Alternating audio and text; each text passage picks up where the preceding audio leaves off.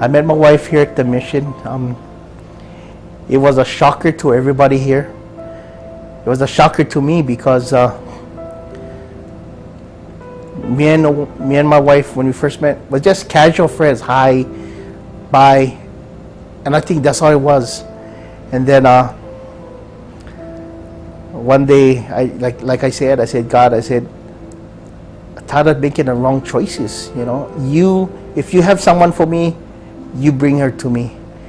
And one day in church, I was like, look, she was on a praise team. I was on a different praise team, so I was watching her on a platform, and for some reason, she was like laminated, yeah, and she's like a bright light.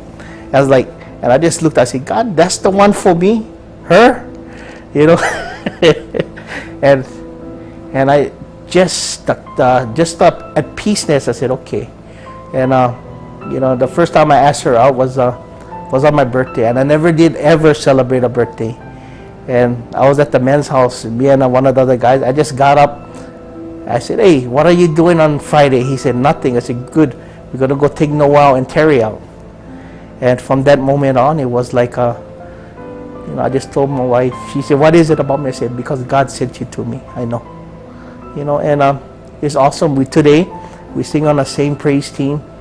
It's just, you know, it's undescribable to have the soulmate that God placed in my life, that we can not only share God's word, you know, pray together, yet worship together. It's awesome. She's a big part of what is in my life, you know, today.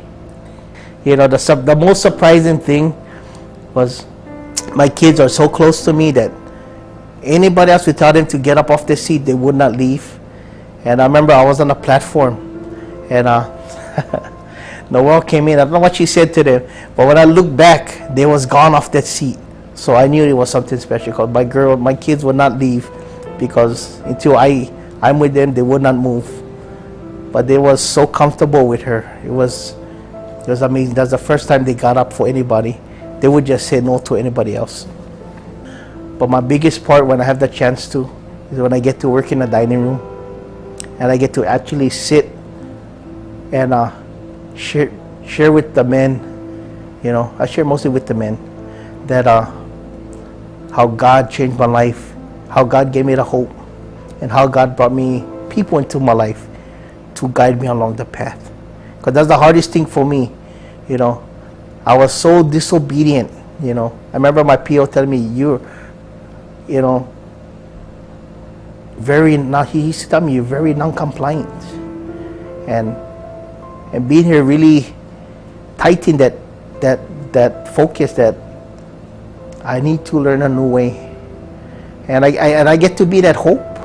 I get to be that walking testimony, you know, while I'm in a mission, while I'm out the mission, that life we live out on the street of slinging drugs and using drugs doesn't have to stop there. Because I remember when I was doing what I was doing, I knew no other way. You know, my one friend, you know, my wife told me this saying, how can you know if you don't know? You know, and I didn't know. I didn't know how to get out. You know, and here at the mission, it showed me that it's not hopeless. There is hope. The mission taught me how to take action, and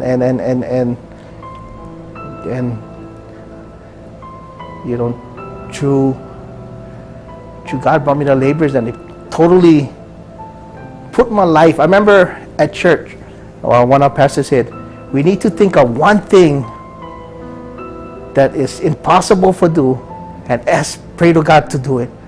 You know, I myself couldn't think of one thing, because God had come true with everything.